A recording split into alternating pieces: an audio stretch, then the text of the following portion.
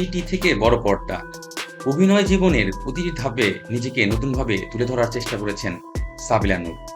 বনলতা এক্সপ্রেসে অভিনয়ের পর মুক্তি পায় রকস্টার। এবার তিনি ফিরছেন ওটিটিতে, যেখানে দর্শকদের সামনে হাজির হচ্ছেন একেবারে ভিন্ন মেজাজে। কমেডি ঘরানার ফ্ল্যাশ ফিকশন ফাইসা গেছি নিয়ে আগামী 20 আগস্ট আসছেন এই অভিনেত্রী। নতুন কাজটি নিয়ে বেশ উচ্ছ্বাসিত সাবিলা। তিনি বলেন, আমি সবসময় চেষ্টা করেছি এক কাজের সঙ্গে আর এক কাজকে মিল না রাখতে। বনলতা এক্সপ্রেস ও রকস্টার এরপর ফাইসা গেছি আমার জন্য একটি ভিন্ন অভিজ্ঞতা। কমেডি ঘরানার গল্পে কাজ করতে দারুণ লেগেছে। আশা করি দর্শকদেরও এটি উপভোগ করবেন। অভিনয়ের যাত্রাপথ প্রসঙ্গে সাবিলা নূর বলেন, আমি কখনোই নিজের শিকড় ভুলে যাইনি।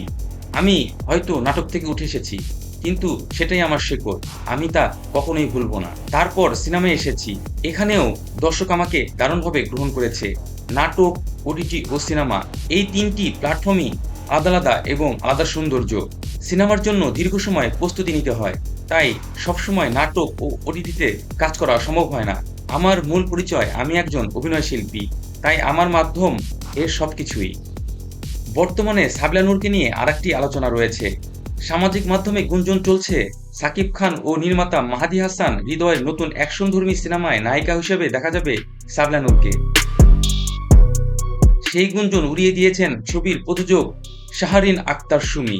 তার ভাষ্য, নতুন প্রকল্পে সাবিলা নূরকে নিয়ে এখনো কোনো সিদ্ধান্ত নেওয়া হয়নি। চিত্রনাট্য চূড়ান্ত হওয়ার পর গল্পের সঙ্গে মানানসই শিল্পীকে আনুষ্ঠানিকভাবে জানানো হবে কে নায়িকা হবেন। তবে গুঞ্জনকে খুব বেশি পাত্তা দেন না সাবিলা নূর, বরং নিজের কাজে ব্যস্ত থাকেন তিনি। তার বিশ্বাস, একজন শিল্পীর সবচেয়ে বড় অর্জন দর্শকদের ভালোবাসা।